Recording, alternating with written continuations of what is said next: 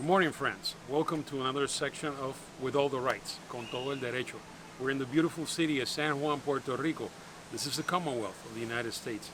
We have chosen this city to make this video to talk about equal rights, specifically because this is a 500-year-old city. Puerto Rico, and specifically San Juan, interestingly enough, has 75% of all the historic sites of the National Park Services. Puerto Rico also has the only rainforest within the United States. For over 500 years, split between 400 years of Spanish government and about approximately 100 years, we have belonged to the United States. Now, how did Puerto Rico, from the Spanish government, with all these beautiful Spanish forts, San Cristobal, San Felipe del Morro, and all the other walled city structures of old San Juan, how did it all pass to the United States? Well, when the Treaty of Paris was signed, I believe in 1898, as a part of the deal, the Spanish government gave to Puerto Rico, or sold to Puerto Rico, to the United States. Now, there were some issues concerning what to do with the residents of the Puerto Rico island and what to do with the territory of Puerto Rico, because it was mainly Spanish language speaking, and at the time, back in the 1900s, there was no government.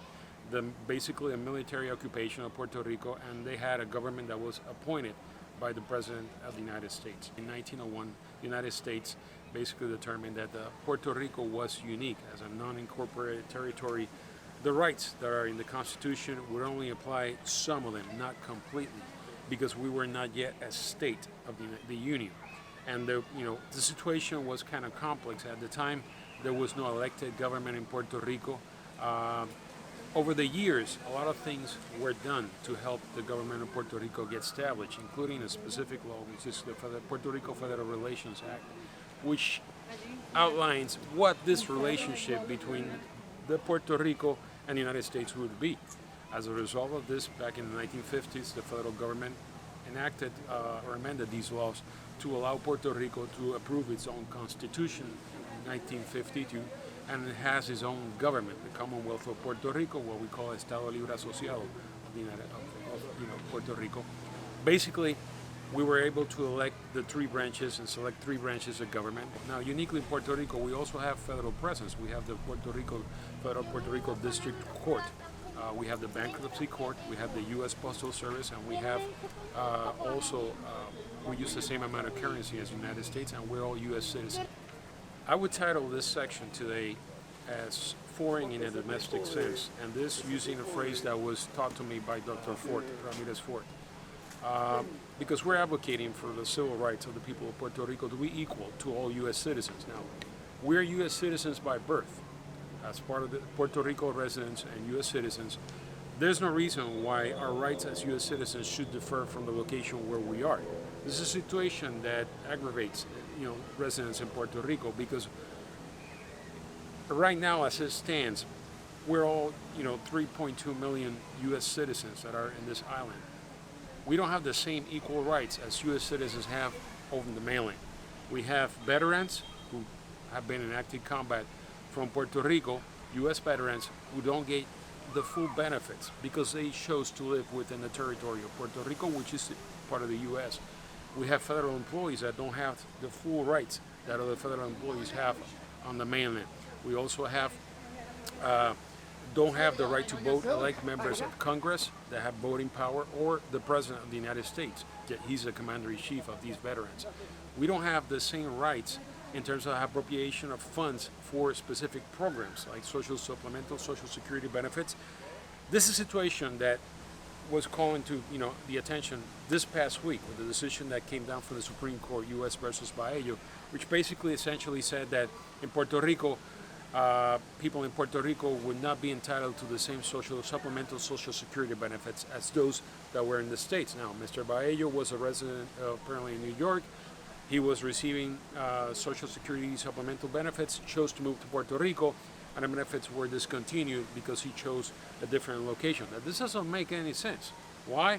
Because, if we go by the doctrine of the Insular cases back in 1901, yes, we were not a state, we were a territory.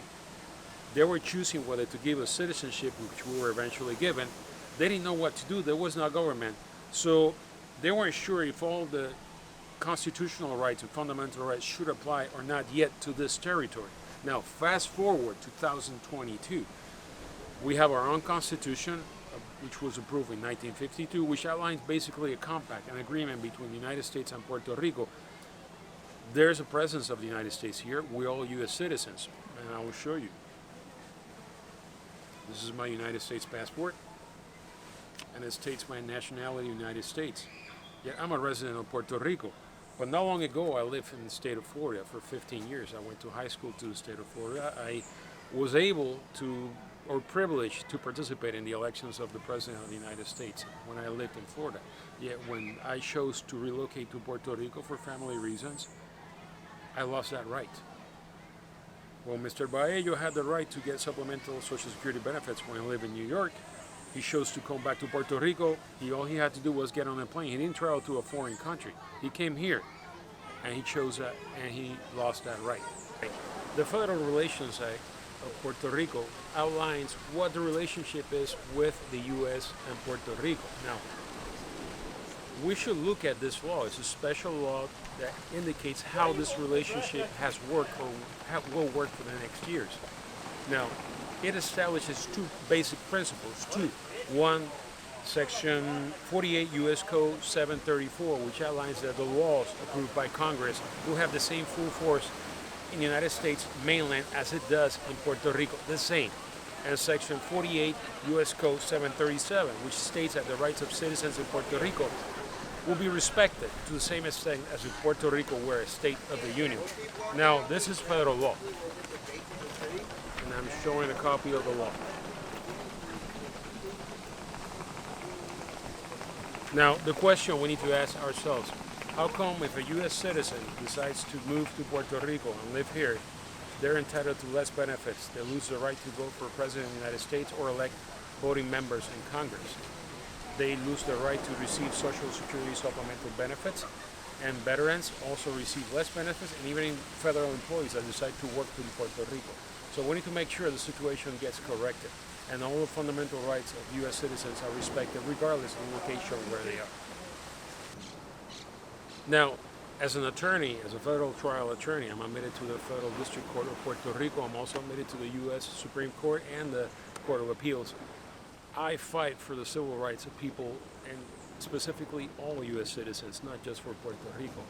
And I'm asking members of Congress to take into consideration and make sure that this law that was approved to establish how this relationship would work between Puerto Rico and the U.S. be respected in all aspects of daily life. If a U.S. citizen in the mainland decides to come to Puerto Rico and settle in this beautiful paradise that is part of the United States, their rights, they should be able to keep their full U.S. citizenship rights, be able to vote for president, elect members of Congress, be able to have the same access to the same benefits that otherwise they would have in the mainland as they do.